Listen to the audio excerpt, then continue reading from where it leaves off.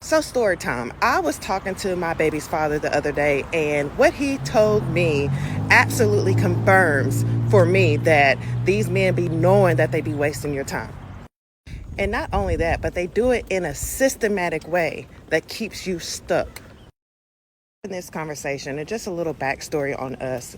My baby's father, we had been together for a little over 3 years, living together. We had a child together. I have two children from a previous marriage. And one of the things that we argued about constantly was his lack of investment, time wise. Setting things up like, insurance and those types of things, because essentially I am a stay-at-home mom with a business. And while he did pay the household bills as far as the mortgage and, the utilities and stuff, I was responsible for taking care of childcare, the kids, the extracurriculars, decor, food, repairs, investments, vacation, all of that stuff, to the tune of about $7,000 a month in bills on my side. However, I was also responsible for over 90% of the household chores. So cooking, cleaning.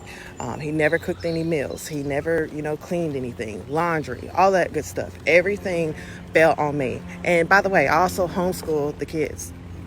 So in this conversation, we were talking about the situation between one of his homeboys and his girlfriend of over 10 years.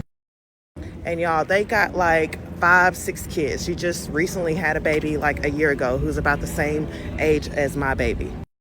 And my baby's father asked him, when are you going to marry her? Are you ever going to get married to her? Yeah, can y'all believe this Nignog said that he didn't want to be forced into anything after like 10, it got to be 10, 12 years and like 5 or 6 kids.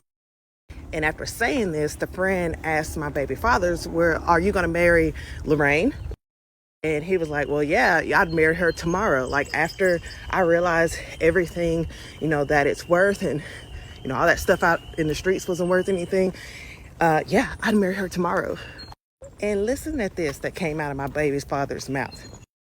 He told him that the only reason that his girlfriend of 10 odd years cannot leave him, or is not leaving him, or is putting up with the crap, is that she cannot stand on her own like Lorraine can. Meaning that this woman was basically stuck because she couldn't afford to leave with 5 kids and over 10 years invested. So they know, okay? They know. Stop letting these fools play in your face and waste your time and waste your youth and pump you full of babies. Because when I tell you this man, my ex, was avoiding as much responsibility as he could while I was still there, I'm letting you know that it was not until I left until he started talking about buying rings and getting married and 401ks and protecting us with life insurance policies and all the things that a woman should have if she's investing her time, energy, and life into your household and into your children. So be ready to go, ladies, and stop having babies that you can't afford to take care of all by yourself. And for you goody two-shoes in the back talking about that's why you don't have no babies out of wedlock, I'm talking to you too, because it ain't no better. And maybe one day I'll share with you the story of one of my friends who was dating a married guy. And when that guy died, he changed the beneficiary on his life insurance policies to the girlfriend. Changed it from his wife to the girlfriend on his deathbed, ladies. Okay? So make sure you protect yourself because it's real out here. So make sure you protect yourself because it's real out here.